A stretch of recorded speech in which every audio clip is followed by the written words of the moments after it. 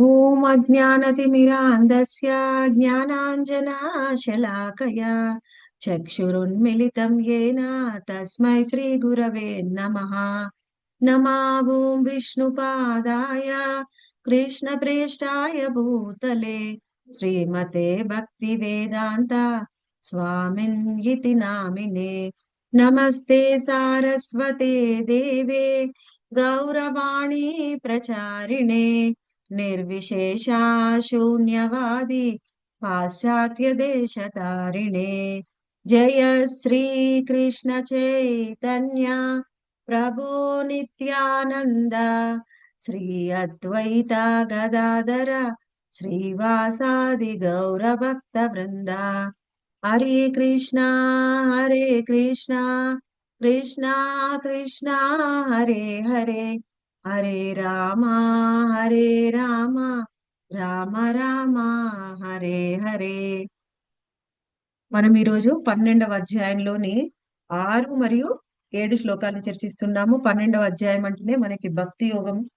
6, 7 2 శ్లోకాలు కూడా శుద్ధ భక్తిని గురించి మనకు వివరిస్తూ ఉన్నాయి. అందుకని శ్రద్ధగా వినండి, చాలా ఇంపార్టెంట్ శ్లోకాలు. ఏ తు సర్వాణి కర్మాణి మయి సన్యస్య మత్పరా అనన్యేనైవ యోగేన మాం ధ్యాయంత ఉపాసతే. ఏ తు సర్వాణి కర్మాణి మయి సన్యస్య మత్పరా అనన్యేనైవ యోగేన మాం ధ్యాయంత ఉపాసతే తేషామహం సముద్ధర్తా మృత్యు సంసార సాగరాత్ భవామి చిరాత్ పార్థ మయ్యావేశిత చేతసాం. తేషామహం సముద్ధర్తా మృత్యు సంసార సాగరాత్ భవామి నా చిరాత్ పార్థ మయ్యావేశిత చేతసాం. మనకి ఈ 2 శ్లోకాల్లో ఏం వివరిస్తూ ఉన్నారంటే, స్వయంగా శ్రీకృష్ణ భగవానుడు అర్జునుడికి అసలు ఒక భక్తుడు ఎలా ఉండాలి, భక్తుడు భక్తిని ఎలా చెయ్యాలి అనేది మనకు 6వ శ్లోకంలో చెప్తే, 7వ శ్లోకంలో అటువంటి భక్తులకి శ్రీకృష్ణ భగవానుడు మనకి తిరిగి ఏమిస్తారు అనేది మనకి 7వ శ్లోకంలో వివరిస్తూ ఉన్నారు. అందులో ఇక్కడ మనము ఒకసారి మీనింగ్ చూద్దాం. కానీ ఓ పార్థ, సర్వ కర్మలను నాకు అర్పించి అన్య చింతన లేక నాకు భక్తులై మనస్సును నాయందే లగ్నము చేసి సదా నన్ను ధ్యానించుచు నా భక్తియుత సేవలో నన్ను అర్చించెడి వారిని శీఘ్రమే జనన మరణమును సంసార సాగరం నుండి ఉద్ధరింతును. మళ్ళీ ఒకసారి చదువుతానండి. కానీ ఓ పార్థ, సర్వకర్మలను నాకు అర్పించి అన్య చింతన లేక నాకు భక్తులై మనస్సును నాయందే లగ్నము చేసి సదా నన్ను ధ్యానించుచు నా భక్తియుత సేవలో నన్ను అర్చించడి వారిని శీఘ్రమే జనన మరణమును సంసార సాగరం నుండి ఉద్ధరింతును. ఈ శ్లోకము మనకి శ్రీల ప్రభుపాదుల వారు చాలా డీటెయిల్డ్ గా ఎక్స్ప్లెయిన్ చేశారు. ఆయన యొక్క భాష్యంలో ఏం చెప్తున్నారు అనేది మనం తెలుసుకోవడానికి ప్రయత్నం చేద్దాం. ఎవరైతే పరమ భాగ్యశాలురో వాళ్ళు మాత్రమే శ్రీకృష్ణ భగవానుడి యొక్క భక్తులు అవుతారు. పరమ భాగ్యవంతులైన వాళ్ళు మాత్రమే. అందరికీ కృష్ణ భక్తి అనేది సాధ్యం కాదు. ఇప్పుడు మీకు ఎవరికైతే ఆ సుకృతి లేదో, ఆ భాగ్యం లేదో, ఇప్పుడు వాళ్ళ దగ్గరికి వెళ్ళి మీరు శ్రీకృష్ణ భగవానుడి గురించి చెప్పినా గానీ ఏమంటారంటే, కృష్ణ భగవాన్లోని మనకి బయటికి వాళ్ళకి అజ్ఞానంతోని కృష్ణుని అర్థం చేసుకోలేక ఆయనలో లోపాలను వెతుకుతూ ఉంటారు. కానీ ఎవరైతే భక్తులో ఎవరికైతే సుకృతి ఉంటుందో మనం చెప్పినా సరే వాళ్ళు వినడానికి సిద్ధంగా ఉంటారు. లేకపోతే వినడానికి సిద్ధంగా లేక ఇంకా కృష్ణుల్లోనే తప్పుల్ని వెతుకుతూ ఉంటారన్నమాట. అటువంటి వాళ్ళకి ఎప్పటికీ కూడా కృష్ణ భక్తి అనేది రాదు. ఎవరికైతే పరమ భాగ్యవంతులై ఉంటారో వాళ్ళు మాత్రమే కృష్ణ భక్తిలోకి వస్తారు. వాళ్ళు మాత్రమే అతి శీఘ్రంగా భక్తులయ్యి భవసాగరం నుండి తరింపజేయబడతారు అని మనకి స్వయంగా శ్రీల ప్రభుపాదుల వారి భాషల్లో ఫస్ట్ లైన్ మనకు అదే చెప్తున్నారు అనమాట. అయితే ఎవరు అతి శీఘ్రంగా భక్తులై భవసాగరం నుంచి బయటపడతారు అంటే, వాళ్ళు కేవలము భక్తియుత సేవ. కేవలం భక్తి మార్గాన్ని ఎంచుకున్న వాళ్ళు మాత్రమే. ఒక్క నిమిషం.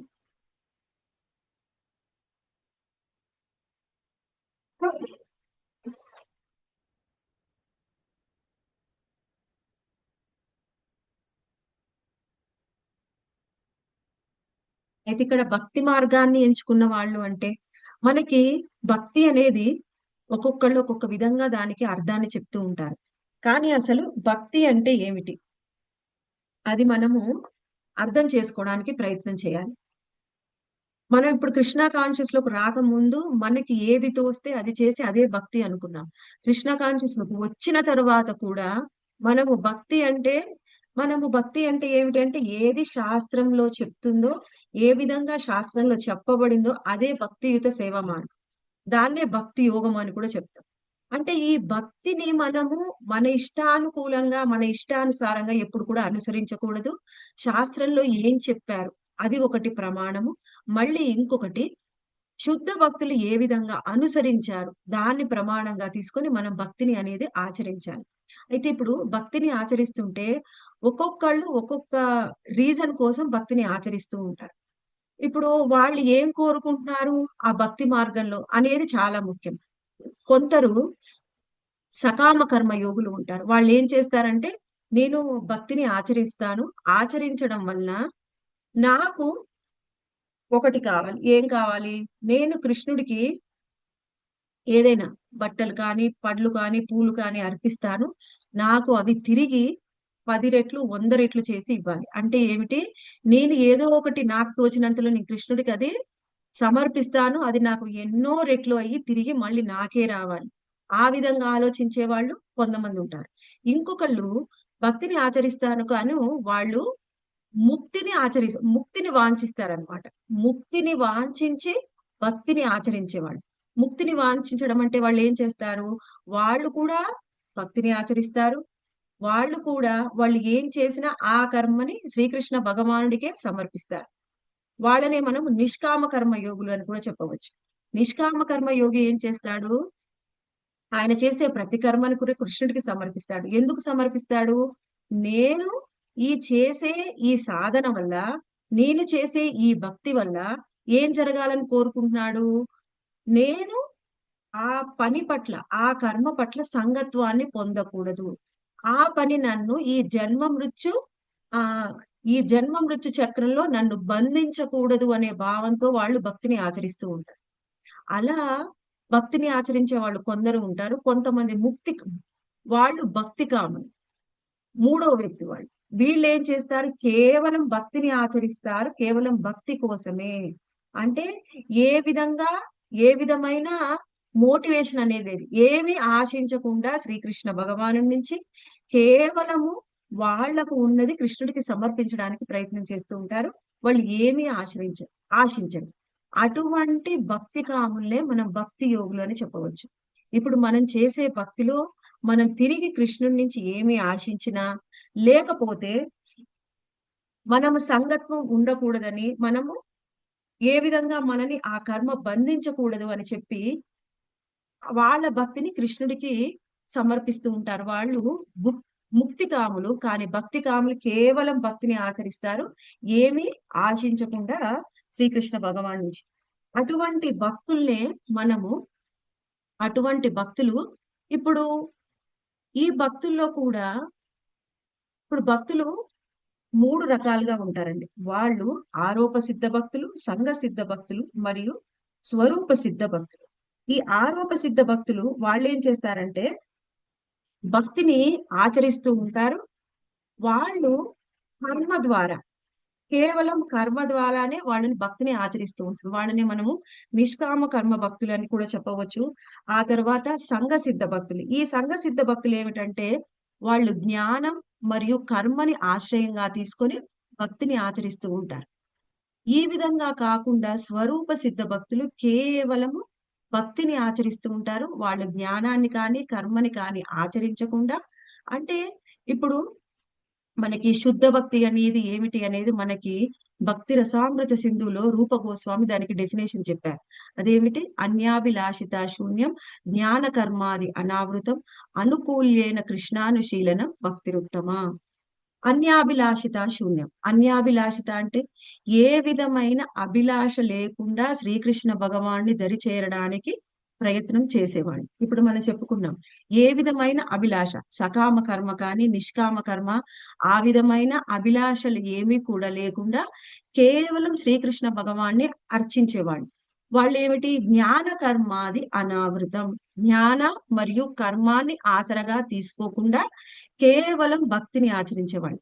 జ్ఞాన కర్మాది అనావృతం అంటే ఇప్పుడు వాళ్ళు కర్మని ఆసరగా తీసుకొని, అంటే వాళ్ళు కర్మ చేస్తూ ఉంటారు. ఆ కర్మని శ్రీకృష్ణ భగవానుడికి సమర్పిస్తూ ఉంటారు. అదే విధంగా వాళ్ళు భక్తిని కూడా ఆచరిస్తూ ఉంటారు. అంటే వాళ్ళ దాంట్లో కర్మ అనేది మెయిన్ ప్రామినెంట్ గా ఉండవచ్చు. కొన్నిసార్లు కర్మని ఆసరాగా కూడా తీసుకోవచ్చు. అదేమి ఆశించకుండా భక్తిని ఆచరించేవాళ్ళు. ఇంకొకటి జ్ఞాన. జ్ఞాన మరియు కర్మ. జ్ఞాన అంటే ఇప్పుడు జ్ఞానం మనం రెండు రకాలుగా పొందవచ్చు. ఒక జ్ఞానం ఏమిటి అంటే కేవలము అది భక్తి జ్ఞానం. శ్రవణం, కీర్తనం. ఆ శ్రవణం కీర్తనలో కూడా మనం జ్ఞానాన్ని పొందుతాము. శ్రీకృష్ణ భగవానుడి గురించి ఆయన భక్తులకి సంబంధించిన జ్ఞానాన్ని పొందుతూ ఉంటాం. అది కూడా జ్ఞానమే. ఇంకొక రకమైన జ్ఞానం ఉంటుంది. వాళ్ళని జ్ఞాన యోగులు అని చెప్పవచ్చు. జ్ఞాన యోగులు ఏం చేస్తారు? వాళ్ళ జ్ఞానం అంతా కూడా వాళ్ళు నిరాకార బ్రహ్మాన్ని గురించిన జ్ఞానాన్ని పొందుతూ ఉంటారు. ఆ జ్ఞానం పొందిన వాళ్ళు ఇప్పుడు ఆ జ్ఞానులు ఏ విధంగా ఉంటారంటే, ఇప్పుడు కొంతమంది భక్తి యోగాన్ని ఆచరిస్తూ ఉంటారు. కానీ వాళ్ళ మనసులో కొంత ఉంటుందన్నమాట. ఈ అష్టాంగ సిద్ధ యోగులు, ఈ జ్ఞాన యోగులు ఎప్పుడు కూడా భగవంతుణ్ణి ధ్యానిస్తూ ఉంటారు. ఎన్నో పుస్తకాల్ని తిరగేస్తూ ఉంటారు. ఆ విధంగా కూడా మనం వెళ్ళవచ్చు. ఎందుకంటే ఇప్పుడు కొంతమంది చెప్తే ఏమంటారంటే, ఇప్పుడు భక్తిని ఆచరించడం కోసము కొన్నిసార్లు అంటే ఈ శరీరాన్ని ఫిట్ గా ఉంచుకోవడము, మనసుని కంట్రోల్‌లో ఉంచుకోవడము కోసము కొంతమంది ఒక 5 నిమిషాలు మేము ప్రాణాయామం చేస్తామండి. ఒక 5 నిమిషాలు మేము ప్రాణాయామం చేస్తూ మేము యోగా కూడా చేస్తాం. ఎందుకంటే బాడీ ఫిట్‌నెస్ కోసం. అది భక్తి కోసం చేయడం ఓకే. కానీ కొంతమంది ఏం చేస్తూ ఉంటారంటే ఎంతో మంది జ్ఞాన యోగులు ఉంటారు. అష్టాంగ యోగులు ఉంటారు. ఆ విధంగా భక్తిని ఆచరించడం వల్ల మనమేం త్వరగా కృష్ణుడిని పొందవచ్చు. త్వరగా మేము కృష్ణుడిని చేరుకోవచ్చు అనే ఆలోచనతోని కూడా వాళ్ళు ఆహ్, ధ్యానాన్ని మరియు జ్ఞానాన్ని పొందడానికి ప్రయత్నం చేస్తూ ఉంటారు. అంటే ఏమిటి? వాళ్ళకి పూర్తి నమ్మకం అనేది భక్తి మీద లేదు. ఇక్కడ భక్తి యోగము ఈ శ్లోకంలో ముఖ్యంగా మనకి ఏం చెప్తున్నారంటే 6, 7 మరియు శ్లోకాల్లో భక్తి అనేది కర్మ ద్వారా, జ్ఞానం ద్వారా కూడా ఏ విధంగా కూడా అశుద్ధం అవ్వకూడదు. కేవలం శుద్ధ భక్తిని మాత్రమే అనుసరించాలి. ఇప్పుడు మనం చేసే భక్తి అనేది భక్తిలో ఇప్పుడు మనం భక్తిని ఆచరిస్తూ ఉన్నాం. కానీ కర్మను కూడా మనం ఆశ్రయిస్తూ ఉన్నామనుకో, దాన్ని ఏమంటారంటే, భక్తి ముఖ్యంగా ఉంది. కానీ కొంత కర్మను కూడా ఆచరిస్తున్నాం. కర్మ ఏమిటి? ఇప్పుడు నేను ఇదేదైనా యజ్ఞం చేశాను, ఏదైనా కర్మకాండ చేశాను. ఆ చేసి నేను యజ్ఞం వల్ల, ఈ కర్మకాండ వల్ల, ఈ పూజ వల్ల, ఈ ఆరాధన వల్ల ఏం జరుగుతుంది అంటే, నాకు భక్తి అనేది పెరుగుతుంది. లేకపోతే ఎవరో చెప్పారు. ఈ విధంగా దానం చేయడం వల్ల, ఈ విధంగా ధర్మం చేయడం వల్ల, యజ్ఞం చేయడం వల్ల ఏం జరుగుతుంది అంటే, మళ్ళీ మనకి తిరిగి ఎక్కువగా లభిస్తుంది. నేను ఎక్కువగా దాన ధర్మాలు చేయడం వల్ల, లేకపోతే ఈ కర్మకాండ కొన్ని విధి విధానాలుంటాయి. కర్మకాండ విధి విధానం. ఈ పూజ చేయండి, ఈ యజ్ఞం చేయండి. అలా చేయడం వల్ల మీరు త్వరగా భక్తులవుతారు. లేకపోతే ఆ ఫలితము మనకి ఉపయోగపడుతుంది. ఆ పుణ్యఫలం మనకు ఉపయోగపడుతుంది. ఈ విధంగా ఆచరించే వాళ్ళని ప్రధానీభూత భక్తులు అంటారు. అంటే ఏమిటి? కర్మని వాళ్ళు మెయిన్‌గా భక్తులే. కానీ కొంత కర్మని ఆశ్రయంగా తీసుకుంటారు. ఇంకొంతమంది ఉంటారు. వాళ్ళు భక్తులే కానీ జ్ఞానాన్ని ఆశ్రయంగా తీసుకుంటారు. వాళ్ళని ప్రధానీభూత భక్తులు అంటారు. ఇక్కడ ఈ శ్లోకంలో చెప్పింది మనకి ప్రధానీభూత భక్తిని గురించి మనకి చెప్పలేదు. ఏం చెప్పారంటే కేవలం శుద్ధ భక్తి గురించే మనకు వివరిస్తూ ఉంటారు. కేవలం శుద్ధ భక్తి. ఈ శుద్ధ భక్తి అనేది ఎలా వస్తుంది? మనము చేసేది. ప్రతి ఒక్కళ్ళు కూడా వాళ్ళ కర్మని భక్తి యోగాన్ని ఆచరించాలి అంటే మొదటి స్టెప్ ఏమిటి అంటే నిష్కామ కర్మ. ఎప్పుడైతే మనం నిష్కామ కర్మ చేస్తామో అప్పుడే మనము భక్తి మార్గంలోకి మనం వెళ్ళగలం. నువ్వు జ్ఞాన యోగమైనా, కర్మయోగమైనా, భక్తి యోగమైనా నిష్కామ కర్మతోనే మొదలవుతుంది. నిష్కామ కర్మ లేకుండా ఎప్పుడు కూడా భక్తి అనేది ఆరంభం కాదు. నిష్కామ కర్మ అంటే ఏమిటి? ఏమీ ఆశించకుండా మనము, మనము చేసే ఫలితాన్ని కృష్ణుడికి సమర్పించడం. అది నిష్కామ కర్మ. ఎప్పుడైతే మనం నిష్కామ కర్మ చేస్తామో అప్పుడేం మనలో సత్వగుణం అనేది పెంపొందుతుంది.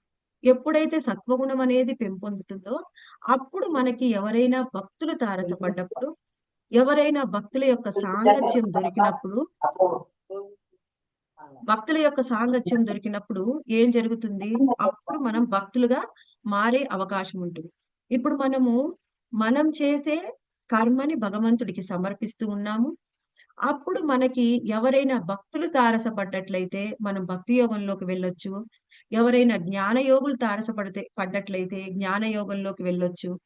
లేకపోతే ఎవరైనా కర్మ ద్వారా మనం భగవంతుడిని చేరుకోవాలి అని అనుకుంటే వాళ్ళు ఆహ్, వర్ణాశ్రమ ధర్మాన్ని ఆచరించవచ్చు.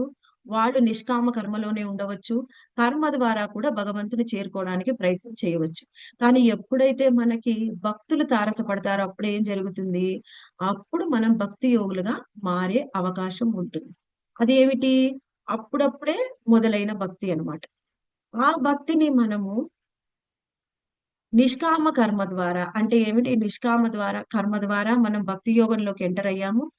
అప్పుడు మనం ఏమీ ఆశించకుండా కేవలము కృష్ణుడి కోసమే కర్మ చేయడానికి ప్రయత్నం చేసినట్లయితే, దాన్ని మనము ఏమని చెప్పవచ్చంటే, భక్తిలోని ఆరంభ స్థితి. కృష్ణుడి కోసమే కర్మను చేయడానికి ప్రయత్నం చేస్తూ ఉన్నాము. అప్పుడేం జరుగుతుంది? అప్పుడు మనకు వాసుదేవ కథారుచి అనేది పెరుగుతుంది. వాసుదేవ కథారుచి. ఇప్పుడు కొంతమందికి ఎవరికైనా మీకు వెళ్లి భగవద్గీత క్లాసెస్ జరుగుతున్నాయండి, భాగవతం క్లాసెస్ జరుగుతున్నాయి. మీరు ఆ క్లాసెస్ వినండి అని ఎవరికైనా చెప్తే, వాళ్ళకి ఆ కథ పట్ల శ్రద్ధ ఉండదు. కొంతమంది కొంతసేపు వినొచ్చు. కొంతమంది అసలు వినకపోవచ్చు. కొంతమంది కొన్ని వారాలు విని బంద్ జేయవచ్చు. కొంతమంది ఎంత కాలం విన్నా గాని వాళ్ళకి శ్రద్ధ అనేది రాదు. ఎందుకంటే వాళ్ళకి వాసుదేవ కథా రుచి లేదు. ఎప్పుడైతే మనకు వాసుదేవ కథారుచి వస్తుందో, అప్పుడు మనకి ఏం జరుగుతుంది? దృఢ శ్రద్ధ రావడానికి ఆస్కారం ఉంటుంది.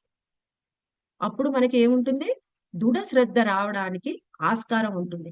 ఈ దృఢ శ్రద్ధ రాకముందు మనకి ఎన్నో రకాల మార్గాలు మనని పక్కకు రప్పించడానికి ప్రయత్నం చేస్తూ ఉంటాయి. అందులో ఏమిటి? మనం ఎవరిని కలుసుకుంటాము, నిష్కామ కర్మ యోగులుగా మారిన తర్వాత మనం ఎవరిని కలుసుకుంటాము అనేది ముఖ్యమైన విషయం. కొన్ని సార్లు మనని అష్టాంగ యోగులు కానీ, జ్ఞాన యోగులు కానీ, కర్మ యోగులు కానీ కలిసినప్పుడు వాళ్ళ ఇన్‌ఫ్లూయన్స్ వల్ల మనము ఆ మార్గంలోకి వెళ్ళే అవకాశం ఉంటుంది. కానీ మనం భక్తుల్ని కలిసినప్పుడు మాత్రమే భక్తి మార్గంలోకి వచ్చే అవకాశం ఉంటుంది. భక్తుల్ని కలిసినప్పుడు మాత్రమే అప్పుడు మనము భక్తిలో పురోగతి చెందుతాం. సరే మనం ఇప్పుడు భక్తుల్ని కలుసుకున్నాము. భక్తి మార్గాన్ని ఆచరిస్తూ ఉన్నాం. ఎప్పుడు ఎటువంటి భక్తుల్ని కలుసుకున్నప్పుడు మనకెవరో భక్తి మార్గాన్ని చూపించారు. ఆ విధంగా మనం భక్తి మార్గంలో ముందుకు వెళ్తూ ఉన్నాం. ఆ సమయంలో మనకి సరైన ఒక గురువు దొరకాలి. వాళ్ళెవరు అని చెప్పవచ్చంటే మధ్యమ భక్తులు. మధ్యమ భక్తుల్ని వాళ్ళు ఇంకా శుద్ధ భక్తులు కాకపోయినప్పటికీ, శుద్ధ భక్తులు ఎలా ఉంటారంటే ఉత్తమ భక్తులు. ఆ ఉత్తమ భక్తులకి ఎవరిని చూసినా కానీ వాళ్ళు ఒకే విధంగా చూస్తారు. ఎలా? నన్ను చూసినా కానీ, ఇంకా శుద్ధ భక్తులు మహారాజుల్ని చూసినా కానీ, అప్పుడే భక్తి మార్గంలోకి వచ్చిన వాళ్ళని చూసినా కానీ, వాళ్ళు ఒకే విధంగా చూస్తారు. కాబట్టి అంత ఉత్తమ భక్తులు, శుద్ధ భక్తులు అందరిని ఒకే విధంగా చూసి వాళ్ళకి బోధన అనేది కొన్ని సార్లు చెయ్యలేకపోవచ్చు. వాళ్ళనే మనం భజనానందులు అని కూడా చెప్తాం. కానీ ఉత్తమ భక్తులు కొంతమంది, లేకపోతే మధ్యమ భక్తులు కూడా ఉండవచ్చు. ఉత్తమ భక్తులు కూడా మధ్యమ భక్తుల స్థాయికి వచ్చి, సాధారణమైన మనలాంటి సాధకులకి వాళ్ళు మార్గాన్ని చూపిస్తూ ఉంటారు. అయితే ఈ సాధక భక్తులకి మార్గాన్ని చూపించే మధ్యమ భక్తుల్ని కలుసుకున్నప్పుడు వీళ్ళు ఏం చేస్తారంటే మన భజనలో వాళ్ళు మనకి మార్గాన్ని చూపిస్తారు. అదేమిటి? ఇప్పుడు మనము భక్తిలో మనకి 9 అంగాలు ఉన్నాయి. ఆ 9 అంగాలు ఏమిటి? శ్రద్ధ, శ్రద్ధ, సాధు సంగ. సాత్సంగం, భజన చెప్పండి క్రియ. మాతాజీ. శ్రద్ధ, సాత్సంగ, భజన క్రియ, అనర్థ నివృత్తి, నిష్ఠ, ఆసక్తి, రుచి, భావ, ప్రేమ. ఓకే. నిష్ఠ, రుచి, ఆసక్తి, భావ, ప్రేమ. అయితే వాళ్లకు అప్పుడు ఈ 9 అంగాలలో ఉన్న భక్తి మార్గాన్ని అవలంబించడానికి వాళ్ళకు మార్గం దొరుకుతుంది. ఎప్పుడైతే ఒక ఒక భక్తుడు కలిశారు అంటే ఆ భక్తుడు ఉత్తమ భక్తుడు కాకపోయినప్పటికీ భక్తుల సాంగత్యం దొరికినప్పుడు ఏం జరుగుతుందంటే ఆ భక్తులు మనకి మార్గాన్ని చూపిస్తారు. ఆ భక్తులు మనకి మార్గాన్ని చూపించినప్పుడు ఏం జరుగుతుంది? మనలో శ్రద్ధ అనేది పెరుగుతుంది. శ్రద్ధ అనేది పెరుగుతుంది. అంటే శ్రద్ధ అనేది భక్తిలోకి రావడానికి మొదటి మెట్టు మాత్రమే. కానీ అది భక్తి యొక్క అంగంగా కూడా మనం చెప్పలేం. మొదటి మెట్టు అంటే ఏమిటి? మనలో శ్రద్ధ పెరగడం అంటే మనకి శాస్త్రం పట్ల విశ్వాసం పెరగడం. శాస్త్రం పట్ల విశ్వాసం లేకపోతే ఇంకా మన శ్రద్ధా స్థాయిలో కూడా రానట్టే. ఎవరికైతే శాస్త్రం పట్ల విశ్వాసం ఉంటుందో అప్పుడే వాళ్ళలో శ్రద్ధ అనేది వచ్చినట్టు. ఇంకా చూడండి, ఇంకా మన భగవద్గీత, భాగవతం చదువుతూ ఉన్నారు. కొంతమంది 16 మాలలు చేస్తూ ఉంటారు. కానీ శాస్త్రంలో ఏం చెప్పినా కానీ అనుమానం. ఆ విధంగా శాస్త్రం పట్ల అనుమానం ఉన్న వాళ్ళకి శ్రద్ధ ఉంది అని చెప్పలేం.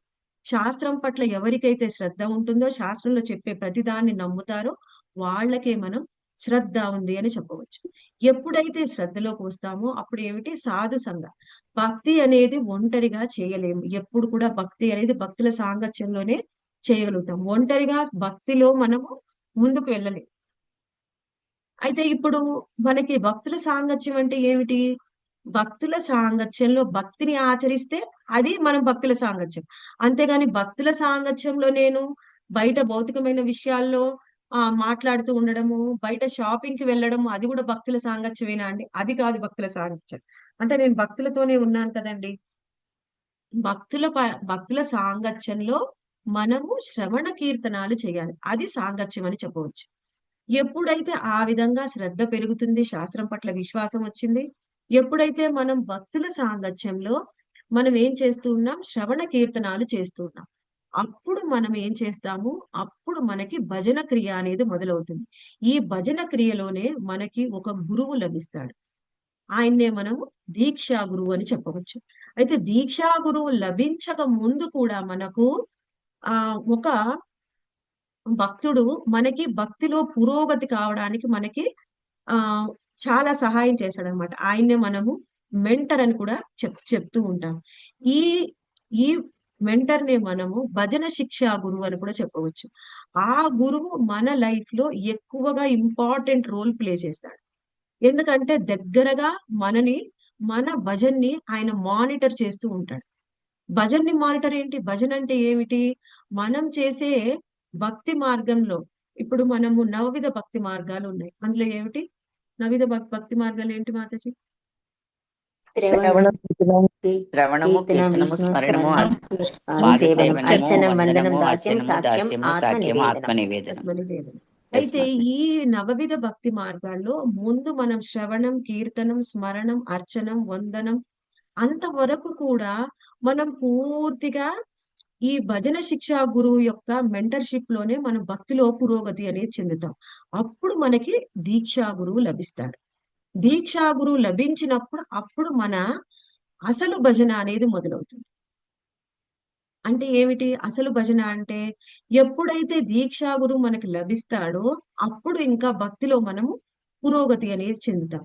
అయితే ఈ ఇద్దరు గురువులు కూడా భజన శిక్షా గురువు, దీక్షా గురువు కూడా వాళ్ళ యొక్క పవిత్రత అనుసారము మనం వాళ్ళకి ఎంతగా మనము ఒబీడియంట్‌గా మనం భక్తి మార్గాన్ని ఆచరిస్తూ ఉన్నామో దాన్ని బట్టి మనలో ఉన్నటువంటి అనర్థాలని వాళ్ళు తీసివేస్తారు. అప్పుడే అనర్థ నివృత్తి అనేది జరుగుతుంది. ఎందుకంటే ఇప్పుడు కొంతమందిని చూడవచ్చు. కొంతమంది భక్తి మార్గంలోకి వచ్చిన తర్వాత వెంటనే మంచిగా పురోగతి చెందుతారు. కొంతమందేమో ఎన్ని సంవత్సరాలు భక్తి మార్గాన్ని ఆచరిస్తూ ఉన్నా కానీ వాళ్ళలో పురోగతి ఉండదన్నమాట. ఎందుకు అంటే వాళ్ళలో ఉన్న అనర్థాలు. అనర్థాలు అనేవి మనం ఈ జన్మలో అయినా ఉండవచ్చు, పోయిన జన్మల్లో అయినా ఉండవచ్చు. ఈ అనర్థాలు మనని భక్తిలో ముందుకు వెళ్ళకుండా మనకి అడ్డుపడుతూ ఉంటాయి. ఈ అనర్థాల నుంచి ఎప్పుడు బయటపడతామో అప్పుడే మనకు భక్తిలో పురోగతి అనేది ఉండేది. అయితే ఈ అనర్థాలు అనేవి మనం ఎంత సాధన చేసినప్పటికీ మనంతట మనం ఈ అనర్థాలని తొలగించలేము. మన సాధన కొంతవరకు ఉపయోగపడినప్పటికీ పూర్తిగా మన అనర్థాలని మనంతట మనం తొలగించుకోలేము. మనకి ముందు కొంత హెల్ప్ చేస్తూ ఉంటారు. మనని భక్తిలోకి తీసుకొని వచ్చిన మనం ఎవరిని ఆశ్రయిస్తున్నారో వాళ్ళలో ఉండే పవిత్రతని బట్టి మన అనర్థాలు కొంత కొంతగా మనకి ప్యూరిఫై అవుతూ ఉంటాయి. అనర్థాలను తీసేయడంలో మన సాధన ముఖ్యము. మన గురువు కూడా చాలా ముఖ్యం. మన గురువులు కూడా మనకి అనర్థాలను తొలగించడంలో మనకి సహాయపడుతూ ఉంటారు. ఎందుకంటే ఇప్పుడు మన భజనలో ఏ విధమైన ఇబ్బందులు ఉన్నా కానీ ఆ భజనలో ఉండే ఇబ్బందులన్నిటిని కూడా వాళ్ళు తొలగిస్తూ ఉంటారు. ఆ విధంగా మన అనర్థాలని మన భజనని వెనక్కి నెడుతూ ఉంటాయన్నమాట. మనం పురోగతి చెందాలి అంటే మనకి ఖచ్చితంగా గురువు అనేది అవసరం. ఎప్పుడైతే మనం అనర్థాలను తొలగించుకుంటూ భక్తిలో పురోగతి చెందుతూ ఉంటామో, ఈ అనర్థ నివృత్తి అనేది మన జీవితంలో చాలా క్రూషియల్ పాయింట్ అన్నమాట. భక్తి మార్గంలో అనర్థ నివృత్తి అనేది చాలా క్రూషియల్ పాయింట్. ఎప్పుడైతే ఈ అనర్థాలని ఎక్కువ 70% అనర్థాలు మనకు అనర్థ నివృత్తి స్టేట్ లో తొలగిపోతాయి. అప్పుడే వాళ్ళకి నిష్ఠ అనేది వస్తుంది. అప్పటి వరకు నిష్ఠ అనేది రాదు. అప్పటి వరకు ఏమిటి, కొన్ని రోజులు సాధన చేస్తూ ఉంటాం, కొన్ని రోజులు చాలా బాగుంటుంది, కొన్ని రోజులు చాలా తక్కువగా ఉంటుంది, కొన్ని రోజులు ఉదయమే లేస్తాం, కొన్ని రోజులు లేవలేము. అలా మన భక్తిలో అన్ని అప్స్ అండ్ డౌన్స్ ఉంటాయన్నమాట. ఒక్కొక్కసారి మన మూడ్ చాలా బాగుంటుంది, క్లాస్ శ్రద్ధగా వింటాం, ఒక్కొక్కసారి అసలు శ్రద్ధగా వినలేం. ఎన్నిసార్లు విన్నా గుర్తుండదు, కొన్నిసార్లు గుర్తుంటుంది. మన నిష్ట అనేది లేకపోతే బయట ఉన్న పరిస్థితులు, మన శారీరక పరిస్థితులు అన్నీ కూడా మనని భక్తిలో వెనక్కు నెడుతూ ఉంటాయి. ఎవరైతే నిష్ఠా స్థాయికి వస్తారో అప్పుడు భౌతికమైన పరిస్థితులు కానీ, భౌతికమైన పరిస్థితులు కానీ, మన ఆరోగ్య పరిస్థితులు కానీ మనని ఏ విధంగా కూడా భక్తిలో మనని వెనక్కి నెట్టలేవు. నిష్ఠ స్థాయిలో ఉన్న వాళ్ళు ఎటువంటి పరిస్థితుల్లో అయినా భక్తి మార్గంలో పురోగతి చెందడానికి ప్రయత్నం చేస్తూ ఉంటారు. ఎప్పుడైతే ఆ విధంగా నిష్ఠతోని మనం సాధన చేస్తామో అప్పుడు వాళ్ళకి రుచి అనేది వస్తుంది. అప్పుడు వాళ్ళకి రుచి అనేది వస్తుంది. రుచి అంటే ఏ భక్తియుత సేవ చేసినా కానీ వాళ్ళు ఎంతో ఎంతో రుచి అనేది రావడం అంటే ఏమిటి? వాళ్ళకి నచ్చుతుంది. వాళ్ళకి ఇంకా చేయాలనిపిస్తుంది, ఇంకా చేయాలనిపిస్తుంది. అప్పుడు మనకి రుచి అనేది వస్తుందన్నమాట. అంటే అనర్థ నివృత్తి పూర్తిగా వెళ్ళకపోతే మాకు నిష్ఠ, రుచి రావా అంటే అప్పుడు కూడా వస్తాయి. కొంత నిష్ఠ ఉంటుంది, కొంత రుచి ఉంటుంది, కొంత ఆసక్తి అనేది కూడా ఉంటుంది. ఎప్పుడైతే మనము ఈ నిష్ఠ, రుచి, ఆసక్తి ఏమిటంటే ఇంకా 24 గంటలు అదే ఆసక్తిలో ఉంటామన్నమాట. ఎలా ఇంకా నేను కృష్ణ సేవ చేయాలి, ఎలా భక్తి మార్గంలో పురోగతి పొందాలి అని. ఎప్పుడైతే భావస్థితిలోకి వస్తామో అప్పుడు ఏం జరుగుతుంది అంటే మనలో ఉన్నటువంటి భౌతికమైన శరీరం, ఇప్పుడు మనం ఏం చేస్తూ ఉన్నాము, ఈ మధ్య కొత్త విషయం విన్నానండి సీనియర్స్ నుంచి. ఏం చెప్పారంటే ఎప్పుడైతే మనము సాధన చేస్తూ ఉంటామో, సాధన చేస్తూ ఉన్నప్పుడు ఎంతసేపు మనం భక్తియుత సేవ చేస్తూ ఉంటాం. అంటే ఏమిటి, direct devotional service. Direct devotional service, indirect devotional service. Direct devotional service అంటే శ్రవణం, కీర్తనం, స్మరణం. అంటే ఇప్పుడు మీరు ఉదయం లేచారు, చాంటింగ్ చేస్తూ ఉన్నారు, తర్వాత భగవద్గీత క్లాస్ విన్నారు, భాగవతం క్లాస్ విన్నారు, భోగా ఆఫర్ చేస్తూ ఉన్నారు, టెంపుల్ కి వెళ్ళి టెంపుల్ మందిరాన్ని క్లీన్ చేస్తున్నారు, ఎవరైనా మీ ఇంటికి వైష్ణవులు వస్తే వాళ్లకు సేవ చేస్తూ ఉన్నారు. ఇవన్నీ డైరెక్ట్ డివోషనల్ సర్వీస్. ఎప్పుడైతే మనం డైరెక్ట్ డివోషనల్ సర్వీస్ లో ఉంటామో అప్పుడు ఎంతసేపు అలా ఉంటామో అంతసేపు వరకు మన శరీరం భౌతికంగా కాకుండా ఆధ్యాత్మికంగా మారిపోతుంది. కానీ ఎప్పుడైతే మనం డైరెక్ట్ డివోషనల్ సర్వీస్ లోంచి బయటికి వచ్చి మన ఇంట్లో పనులు, భౌతికమైన పనులు చేస్తూ ఉంటామో అప్పుడు మళ్ళీ భౌతికంగా మారుతుంది. కానీ భావ స్థితిలోకి వచ్చిన వాళ్ళ శరీరం పూర్తిగా ఆధ్యాత్మికంగా మారుతుంది.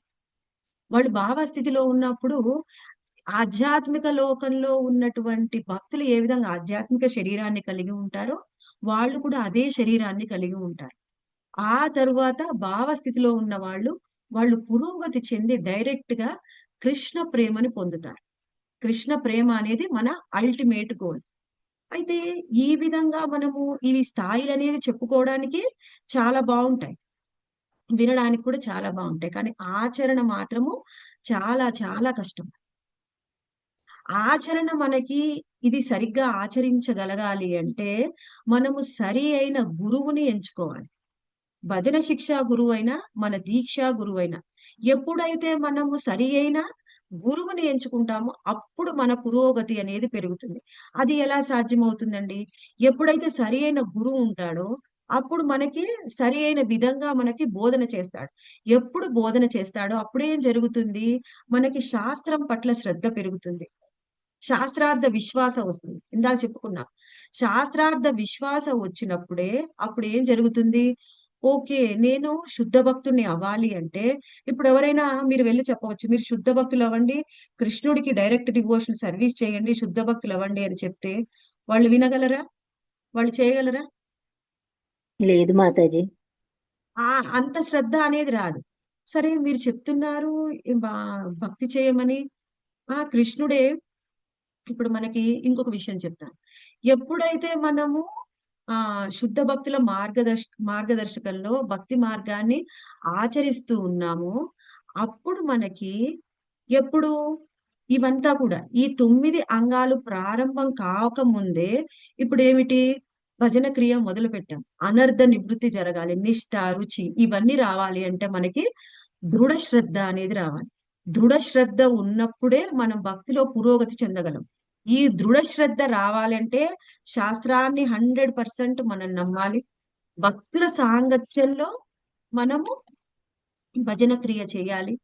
గురువు చెప్పినట్టుగా మనం సాధన చేయాలి. అప్పుడు మాత్రమే మనకి దృఢ శ్రద్ధ అనేది వస్తుంది. ఈ దృఢ శ్రద్ధ వచ్చినప్పుడే మిగిలిన భక్తిలో మన పురోగతి అనేది వస్తుంది. దృఢ శ్రద్ధ రాకముందు భక్తిలో పురోగతి అనేది రాదు. ఈ దృఢ శ్రద్ధ పెంచుకోవడం కోసమే మన సాధన అంతా చెయ్యాలి. ఎప్పుడు దృఢ శ్రద్ధ వస్తుందో అప్పుడే అనర్థ నివృత్తి, నిష్ఠ, రుచి, ఆసక్తి, భావ, ప్రేమ స్థాయికి మనం వెళ్ళగలం. ఇప్పుడు ఇవన్నీ జరగాలి అంటే ఏమిటి? ఇవన్నీ జరగాలి అంటే ఇప్పుడు మనం ఒకటి చూడవచ్చు.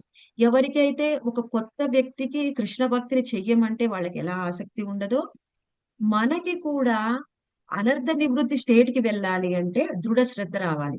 దృఢ శ్రద్ధ రావాలి అంటే శాస్త్రాన్ని శ్రద్ధగా వినాలి.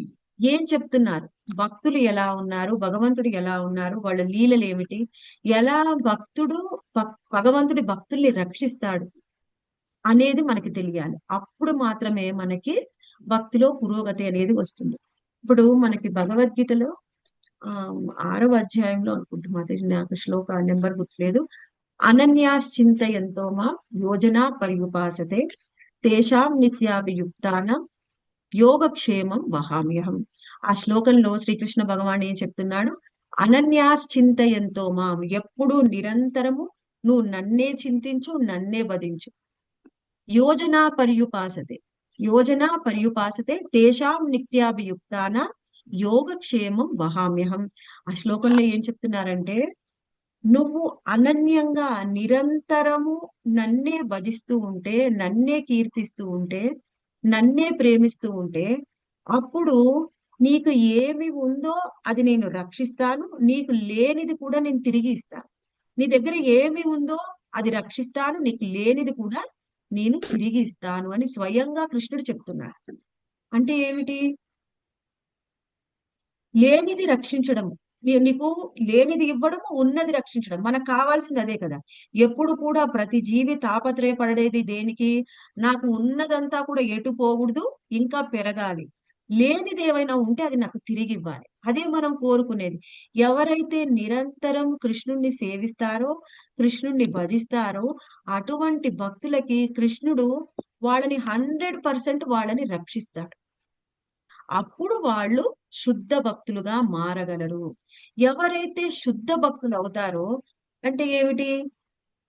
మనకి ఈ శ్లోక కంక్లూజన్ లో మనకి భాష్యంలో శ్రీల ప్రభుపాదుల వారు ఏం చెప్పారంటే 18వ అధ్యాయంలో శ్రీకృష్ణ భగవానుడు అర్జునుడికి ఏం చెప్పారో అదే శ్లోకాన్ని ఇక్కడ మనకి ఉదహరిస్తూ ఉన్నారు. అదేమిటి?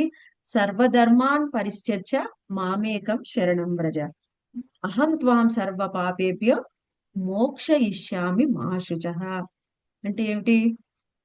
సర్వధర్మాన్ పరిత్యజ్య అంటే అన్ని ధర్మాలను విడిచిపెట్టేయమని చెప్తున్నారు.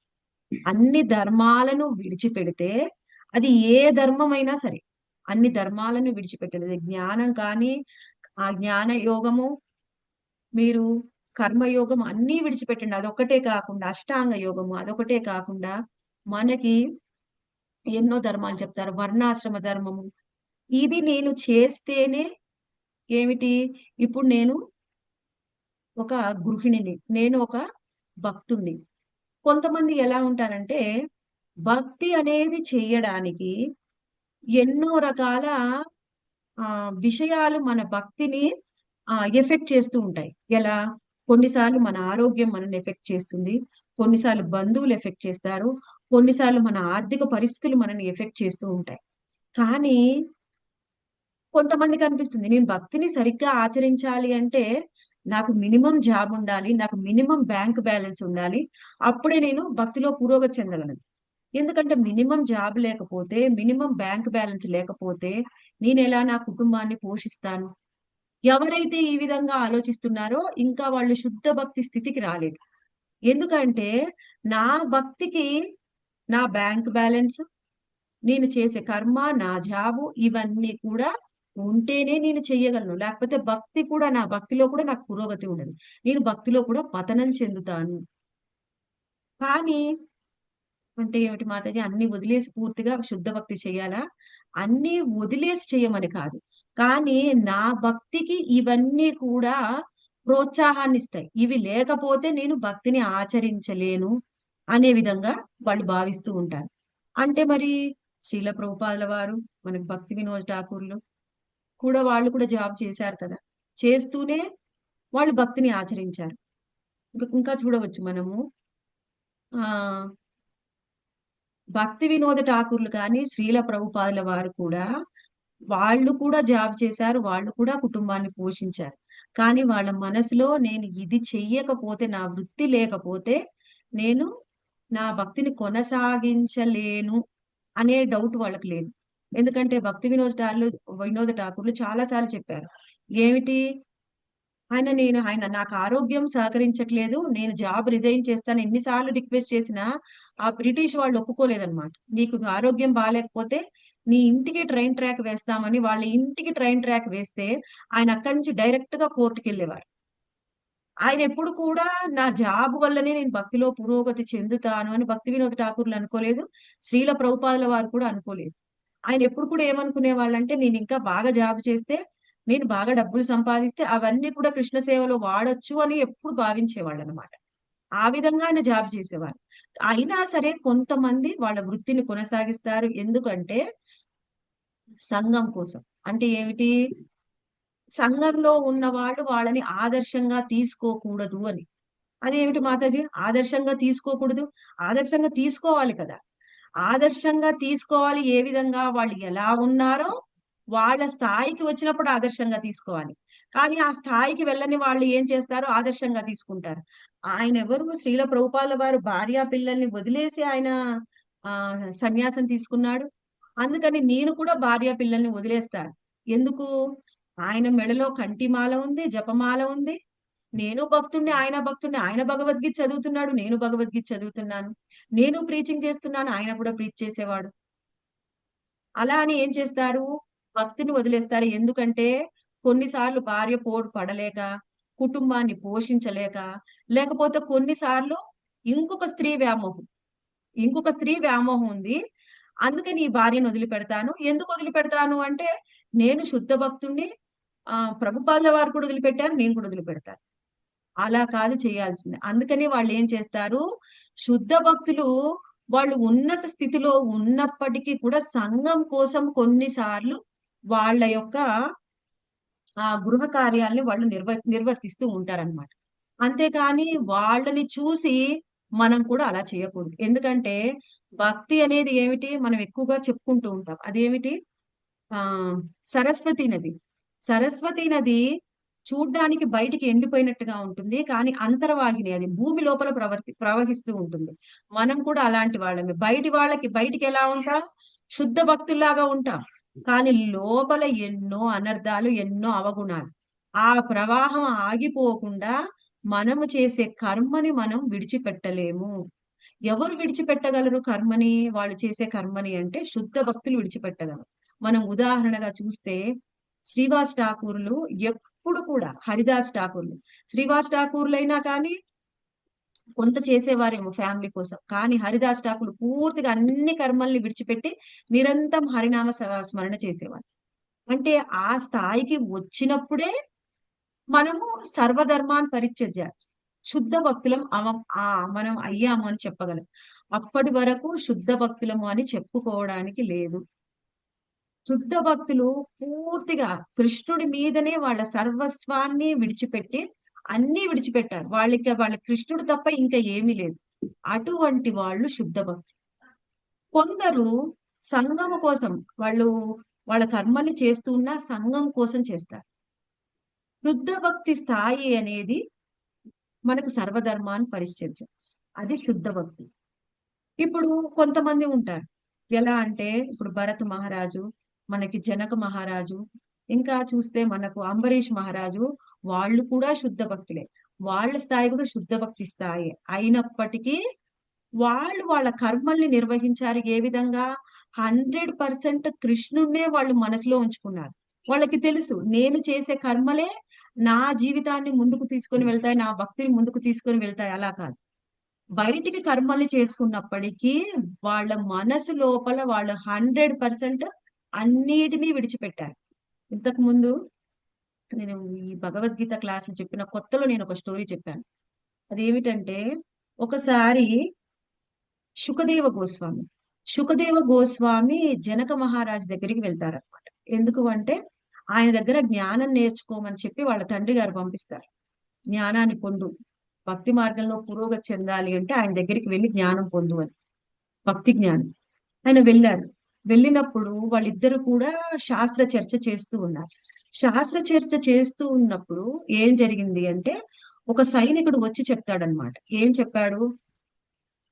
రాజుగారు, మన రాజ్యంలో మంటలు అనేవి వచ్చాయండి, అందుకని రాజ్యం తగలబడుతూ ఉంది, మీరు త్వరగా రావాలి. అప్పుడు ఆయన చెప్తారు ఏమిటంటే, మీరు ఏం చెయ్యాలో అది చెయ్యండి మంటల్ని ఆర్పడానికి, కానీ నేను చాలా ఇంపార్టెంట్ డిస్కషన్ లో ఉన్నాను, నేను ఇప్పుడు రాలేను. వాళ్ళిద్దరు చర్చిస్తూ ఉన్నారు. ఇంకా తర్వాత ఏం జరిగిందంటే, ఇంకా మంటలు పెరుగుతున్నారు. మళ్ళీ వచ్చి రాజభట్లు చెప్పారు, మంటలు ఇంకా బాగా పెరుగుతున్నాయండి, అసలు మేము తగ్గించలేకపోతున్నామండి, అయినా సరే మీరే చూసుకోండి, నేను ఇప్పుడు రాలేను. ఇంకా తర్వాత మళ్ళీ వచ్చి చెప్తారనమాట, ఇక అయిపోయిందండి, మన రాజ్యం అయిపోయింది, ఇంకా మీ దగ్గర దాకా కూడా మంటలు వచ్చేస్తూ ఉన్నాయి. కానీ ఆయన అలాగే నిలబడి, ఇంకా ఆయన పట్టించుకోవట్లేదు, ఏదైనా జరగని, నేను ఇప్పుడు శాస్త్ర చర్చ చేస్తున్నాను, నేను ఇప్పుడు లేవను, ఆయన ఒకటే చెప్తారు. అప్పుడు ఏం చేస్తారంటే సుఖదేవ గోస్వామి, ఆయనకి ఏమీ లేదు, ఆయన ఒక సన్యాసి, ఆయనకి పూర్తిగా ఏమీ లేవు, కానీ కొన్ని తాళపత్రాలు మాత్రం తీసుకొని వస్తారనమాట. ఆయన అప్పుడు ఇక మంటల దగ్గరికి వస్తూ ఉంటే అప్పుడు ఆ తాళపత్రాలు తీసి చేతిలో పట్టుకుంటారు, వాటికి ఏమైపోతుందో అని. అప్పుడు జనక మహారాజ్ చెప్తారనమాట, నేను నా రాజ్యము, నా కుటుంబము, నా పరివారము మొత్తము, నా ఆస్తిపాస్తులు అన్ని తగలబడిపోతూ ఉంటే నేను ఇక్కడ నీ దగ్గరే ఉండి నేను మాట్లాడుతూ ఉన్నాను, శాస్త్ర చర్చ చేస్తూ ఉన్నాను, నీకు ఏమీ లేవు, నీకు ఉన్నది కేవలం ఈ తాళపత్రాలు మాత్రమే, నీ దగ్గరగా మంట వచ్చినప్పుడు ఆ తాళపత్రాలను నావి అని తీసుకున్నావు కదా, ఇదే మోహం అంటే, ఇదే బంధం అంటే, ఇదే సంగత్వం అంటే అని చెప్తారనమాట. ఇప్పుడు ఆయనకు అర్థమవుతుంది మనము ఏ విధంగా సంగత్వాన్ని విడిచిపెట్టాలి అని. ఎందుకంటే ఎవరైనా సంగత్వాన్ని విడిచిపెట్టడం అంటే అది దేనితో అయినా, బంధువులతో అయినా, ఆ కుటుంబంతో అయినా, లేకపోతే మన కుటుంబ సభ్యులతో అయినా, మన ఆస్తిపాస్తులతో అయినా సంగత్వం విడిచిపెట్టడం అనేది మనకు అతి కష్టం. ఎంత అతి కష్టం అంటే మనకు అనిపిస్తూ ఉంటుంది. మీరు ఎప్పుడైనా ఒక చిన్న గ్లాస్ లో గాని, గిన్నెలో గాని ఏదైనా ఒక స్పెషల్ డిష్ చేశారు, పక్కింటి వాళ్ళకి ఇచ్చారు, పక్కింటి వాళ్ళు ఎన్ని రోజులైనా గిన్నె గాని గ్లాస్ గాని మనకి ఇవ్వలేదనుకోండి, మన మనసంతా దాని మీద. నేను ప్రతిరోజు కూడా ఆ గిన్నెనే వాడేదాన్ని ఇది చేయడానికి, ఈ రోజు ఆ గిన్నె లేదు నా దగ్గర, అది ఎన్ని రోజులు గుర్తు తెచ్చుకుంటామంటే మళ్ళీ ఆవిడ ఇచ్చే వరకు వంట చేసినంత సమయం ఆ గిన్నె గుర్తొస్తుంది. మనము మన స్థాయి అది. మన సంగత్వం విడిచిపెట్టేది ఎప్పుడు, అంత శుద్ధ భక్తుల స్థాయికి వెళ్ళేది ఎప్పుడు. అంత శుద్ధ భక్తుల స్థాయికి వెళ్ళక ముందే నేను శుద్ధ భక్తురాలిని అని మన గురించి మనము చెప్పుకోకూడదు, మనము ఆలోచించకూడదు. అందుకని ఇక్కడ ఏం చెప్తున్నారు మన కోసమే? అందుకే భగవద్గీతలో శ్రీకృష్ణ భగవాన్ చెప్పాడు. ఏమిటి? ఆయన చివరి శ్లోకంలో ఆయన ఒకటే చెప్పాడు. భక్తి అంటే ఇది అని డెఫినేషన్ మనకి 18వ అధ్యాయంలో చెప్పింది ఏమిటి? సర్వధర్మాన్ పరిత్యజ్య మామేకం శరణం వ్రజ అహం త్వాం సర్వ పాపేభ్యో మోక్షయిష్యామి మా శుచః. సర్వధర్మాన్ అన్ని ధర్మాలని విడిచిపెట్టు. తర్వాత ఏం చెప్పారు? మామేకం శరణం వ్రజ, నాకు మాత్రమే శరణాగతి పొందు. అప్పుడు ఏం జరుగుతుందంట? అహం త్వాం సర్వ పాపేభ్యో, నీకు ఉన్నటువంటి అన్ని పాపాలని కూడా నేను తీసేసి మోక్ష ఇష్యామి మా శుచః, అప్పుడు నేను నీకు ముక్తిని ఇస్తాను. ముక్తి అంటే ఏమిటి? ముక్తి అనే దానికి డెఫినేషన్ మనం ఏం కోరుకుంటామో అది. జ్ఞాన యోగులకు ముక్తి నిరాకార బ్రహ్మంలో కలిసిపోవడం. మనకి ముక్తి భక్తులకి ఏమిటి అంటే భగవంతుడికి భగవద్ధామంలో సేవ చేయడం. అటువంటి ముక్తి. ఈ విధంగా ముక్తి అనేది భగవంతుడు ఇస్తాడు ఎప్పుడు నువ్వు సర్వధర్మాన్ని పరిత్యజ్య స్థాయికి వచ్చినప్పుడు. ఆ స్థాయికి మనం వచ్చామా? అటువంటి స్థాయికి రావాలి అంటే ఏమిటి? ముందు మనకి దృఢ శ్రద్ధ అనేది రావాలి. దృఢ శ్రద్ధ పెరిగినప్పుడే, దృఢ శ్రద్ధ అంటే ఏమిటి? శాస్త్రార్థ విశ్వాస. శాస్త్రంలో ఏం చెప్పారో అది 100% మనము ఉన్నది ఉన్నట్లు విని అంగీకరించి ఆచరించడానికి ప్రయత్నం చేయాలి. అంటే ఏమిటి? శాస్త్రార్థ విశ్వాస అంటే కొన్నిసార్లు మనకు అనిపిస్తుంది భగవద్గీతలో ఒక శ్లోకంలో ఒకటి చెప్పారు, భాగవతంలో ఒకటి చెప్పారు, అక్కడ చెప్పింది వేరుగుంది, ఇక్కడ చెప్పింది వేరుగుంది. అసలు ఈ రెండిట్లో ఏది కరెక్ట్, ఏది మనం అనుసరించాలి అంటే అప్పుడు సాధువుల సాంగత్యం, గురువు యొక్క సాంగత్యం పొందాలి. అప్పుడు వాళ్ళు మనకున్న డౌట్స్ క్లియర్ చేస్తారు. గురువులు అనేది మన లైఫ్ లో చాలా చాలా ఇంపార్టెంట్ రోల్ ప్లే చేశారు. గురువు లేకుండా భక్తిలో పురోగతి చెందదు. మనకు భక్తిలో పురోగతి చెందడానికి మనను భజన మానిటర్ చేసేవాళ్ళు భజన శిక్షా గురువు అయితే, మనకి దీక్షా గురువు ఏం చేస్తారంటే మన స్వరూప సిద్ధిని చెప్తారు. అంటే ఏమిటి? నేను ఎవరిని, కృష్ణుడితో నాకున్న బంధం ఏమిటి, కృష్ణుడిని నేను ఎలా సేవించాలి, ఏ భావంతో నేను కృష్ణుడిని సేవించాలి, నేను భగవద్ధామం వెళ్ళిన తర్వాత నేను ఎలా కృష్ణుడిని సేవిస్తాను అనే మన స్వరూపాన్ని మనకు చెప్పేది భజన. మనకి ఆ దీక్షా గురువు. దీక్షా గురువు లేకుండా స్వరూప సిద్ధి అనేది రాదు. భజన శిక్షా గురువు లేకుండా మన భజన అనేది పురోగతి చెందదు. అందుకనే ఎప్పుడు కూడా కొంతమంది ఉంటారు, నేను ఉదాహరణగా చెప్తున్నాను. ఎందుకంటే ఇంత క్లాస్ విన్న తర్వాత ఆచరణ అనేది ఎలా ఉంది, ఆచరణ కరెక్ట్ గా లేకపోతే ఇంత క్లాస్ విన్న తర్వాత కూడా వేస్ట్. ఎంతో ఎంతో ఫిలాసఫీ విన్నాం, మాతాజీ ఎంతో తత్వం చెప్పారు, ఇందులో ఏం ఆచరించాలో కూడా తెలియట్లేదు, ఉన్నది మొత్తం ఒకటేసారి కక్కేశారు అలా అనిపిస్తుంది. కానీ భజన అనేది ఎలా ఉండాలంటే మీరు ఎన్ని క్లాసులైనా వినండి, ఏ క్లాస్ నచ్చితే ఆ క్లాస్ వినండి, కానీ ఒక్కళ్ళని కానీ ఇద్దరిని కానీ భజన శిక్షా గురువుగా ఎంచుకొని వాళ్ళ అండర్లో మన భజన అనేది ఇంప్రూవ్ అవ్వాలి.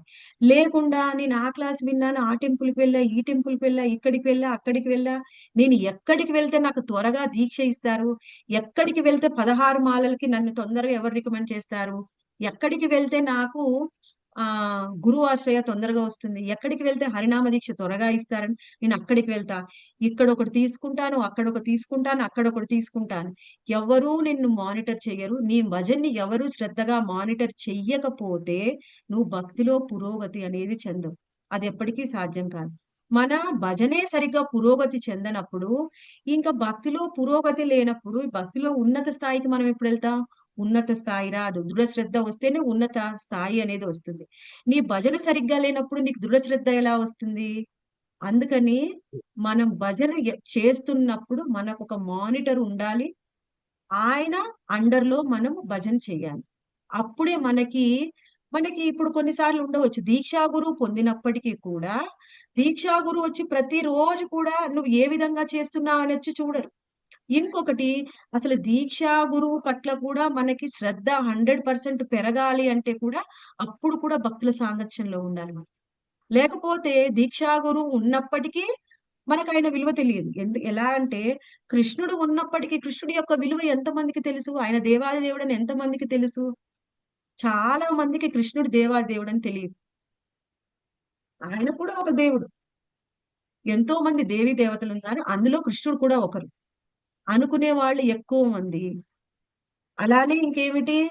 ఎవరి దగ్గరైనా క్లాస్ వినొచ్చు. ఎలా అయినా పురోగతి చెందవచ్చు. పురోగతి చెందాలి అంటే 100% మనని మానిటర్ చేసేవాళ్ళు ఉండాలి. అప్పుడే మనం పురోగతి చెందుతాము. దీక్షా గురువు పట్ల కూడా మనకు అచంచలమైన విశ్వాసం అనేది పెరుగుతుంది. లేకపోతే దీక్షా గురువు ఉన్నప్పటికీ దీక్షా గురువు వల్ల వచ్చే పొందే ప్రయోజనాన్ని మనం పొందలేము. పేరుకి అలంకరణగా. ఏమిటి అలంకరణగా? నాకు కూడా కంటిమాల ఉంది. నాకు కూడా పేరు మారింది. నాకు కూడా దీక్షా గురువు ఉన్నారు. పేరుకి చెప్పుకోవడం వల్ల ఏ ప్రయోజనము ఉండదు. భక్తి అనేది పేరుకి అంటే ఏమిటి? ప్రదర్శించేది కాదు భక్తి. నాకు పేరు వచ్చిందండి కొత్త పేరు. ప్రదర్శించేది కాదు భక్తి. భక్తి అనేది ఆచరణ. ఎలా మనం ఆచరిస్తున్నాము అనేది ఇంపార్టెంట్. నీ ఆచరణ సరిగ్గా లేకపోతే ఇ- ఇంత చిన్న విషయంలోనే నీకు డిసిప్లిన్ లేకపోతే ఇంకా నీకు భక్తి ఎక్కడ వస్తుంది? ఇన్ ఫ్యూచర్ లో నువ్వు భగవద్ధామానికి వెళ్ళిన తర్వాత కూడా అక్కడ మనం కూడా గురువు అండర్ లోనే అక్కడ కూడా మనకి గురువు ఉంటాడు. అక్కడ కూడా మనకి సీనియర్స్ ఉంటారు. వాళ్ళ అండర్ లోనే సేవ చేయాలి. మనకి కృష్ణ చైతన్యం అనేది సీనియర్స్ అండర్ లో భక్తిని ఆచరించడమే. నువ్వు ఎంత పురోగతి చెందినా నీకు సీనియర్ ఉంటారు.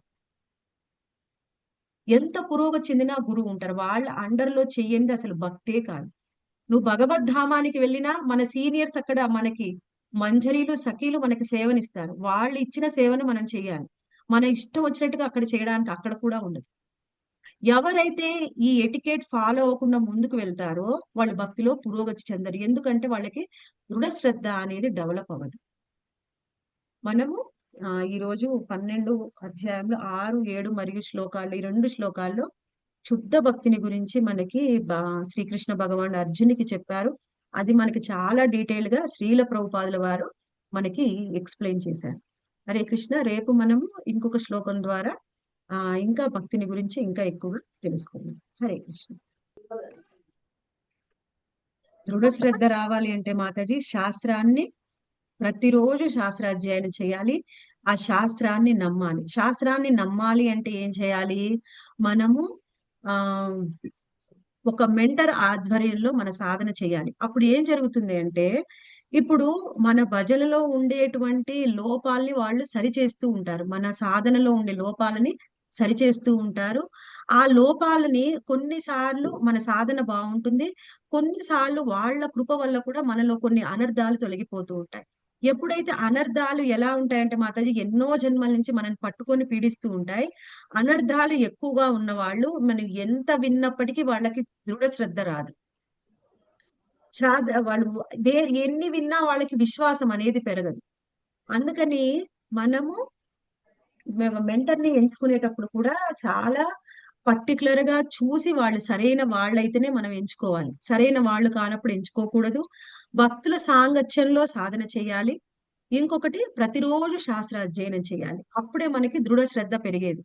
ఎందుకంటే మీరు ఇది అన్ని అనుకోవచ్చు. ఎన్నిసార్లు విన్నా శాస్త్రం సరిగ్గా విన్నప్పుడు ఏం జరుగుతుందంటే భగవద్గీతలో కృష్ణుడు ఏం చెప్పాడు, ఇంకా భాగవతంలో ఏం చెప్పారు ఆచార్యులు, అసలు శుద్ధ భక్తులు ఎలా ఆచరించారు అనేది మనం శ్రద్ధగా ప్రతిరోజు వింటూ ఉంటే మనకు విశ్వాసం అనేది పెరుగుతుంది. విననంత వరకు విశ్వాసం రాదు. అందుకే శ్రవణం, కీర్తనం, స్మరణం ఇవి చాలా చాలా ఇంపార్టెంట్. వినాలి, వీలైనంతగా చెప్పాలి. ఆ విన్నది చెప్పింది మనం మననం చేసుకోవాలి. స్మరణం చాలా ఇంపార్టెంట్. అందుకనే ఆయన భక్త ప్రహ్లాద్ మహారాజ్ ఎప్పుడు కూడా స్మరణం ఎక్కువగా చేసేవారు. మనము శ్రవణం కీర్తనం ఎప్పుడు బాగా చేస్తామో అప్పుడే స్మరణంలో మనం పురోగతి చెందేది. స్మరణం అంటే ఏమిటి? ఈ రోజు ఏం జరిగింది క్లాస్ లో, ఏం చెప్పారు, అసలు నేను దాన్ని ఎలా అర్థం చేసుకోవాలి, నేను ఎంతవరకు ఆచరిస్తున్నాను, ఆచరించే దాంట్లో నాకు వచ్చే ఆచరణలో వచ్చే నాకు అవరోధాలు ఏంటి, అవన్నీ కూడా మనము స్మరణం చేస్తూ ఉండాలి. చెప్పే క్లాస్ ని మనం ఎంతవరకు ఆచరిస్తున్నాం, ఆ స్మరణం జరిగినప్పుడే మనకి దృఢ శ్రద్ధ అనేది వస్తుంది. ఆ దృఢ శ్రద్ధ అనేది ఒకటి శాస్త్రము, భక్తుల సాంగత్యము, మన సాధన, మన మెంటర్, ఇవన్నీ కూడా మనకి ఎక్కువగా రోల్ ని ప్లే చేస్తూ ఉంటాయి అన్నమాట. అందుకనే మన సాధన ఎలా ఉన్నా కానీ అప్పుడప్పుడు మన సీనియర్స్ తో మనం మాట్లాడుతూ ఉండాలి. మన సాధనలో ఎటువంటి లోపాలున్నాయి అనేది వాళ్ళని అడగాలి. వాళ్ళ దగ్గర నుంచి సలహాలు తీసుకోవాలి. మీరు థ్యాంక్ యూ సీనియర్స్ కి మాతాజీ. ఫోన్ చేయడానికి ఎప్పుడు సంకోచించకండి. అప్పుడప్పుడు ఫోన్స్ చేయండి, ఓకే సలహాలు తీసుకోండి. అప్పుడే మనకి దృఢ శ్రద్ధ పెరిగేది Mataji. Okay thank you. Hare Krishna. లేదు మాతాజీ, కన్సిడర్ అవుతుంది. కానీ ఎప్పుడు కూడా మనము మన మెంటర్షిప్ కరెక్ట్ గా ఉండాలి మాతాజీ. మెంటర్షిప్ కరెక్ట్ గా ఉంటేనే మనము భక్తిలో పురోగతి చెందుతాం. ఎప్పుడైతే మెంటర్షిప్ కరెక్ట్ గా ఉంటుందో అప్పుడు ఏం జరుగుతుంది? మనము దీక్షా గురువుని పొందుతాం, లేకపోతే దీక్షా గురువుని పొందలేదు. ఒకవేళ దీక్షా గురువుని పొందిన తర్వాత కూడా నాకు దీక్షా గురువు దొరికారు, ఇంకా నా సాధన అయిపోయింది, ఇంక ఇదే నేను కోసం చాలా మంది నేను సీనియర్ భక్తుల్ని చూశాను. వాళ్ళు ఏం చెప్తారంటే, మాకు దీక్ష రాకముందే నేను చాలా శ్రద్ధగా అన్ని చేశాను. దీక్ష వచ్చిన తర్వాతనే నా సాధన తగ్గిపోయింది, నా భక్తి తగ్గిపోయింది. ఇంతకుముందు చాలా శ్రద్ధగా చేసేవాడిని. ఇప్పుడు అది తగ్గిపోయిందని చెప్తూ ఉంటారు. అంటే ఏమిటి?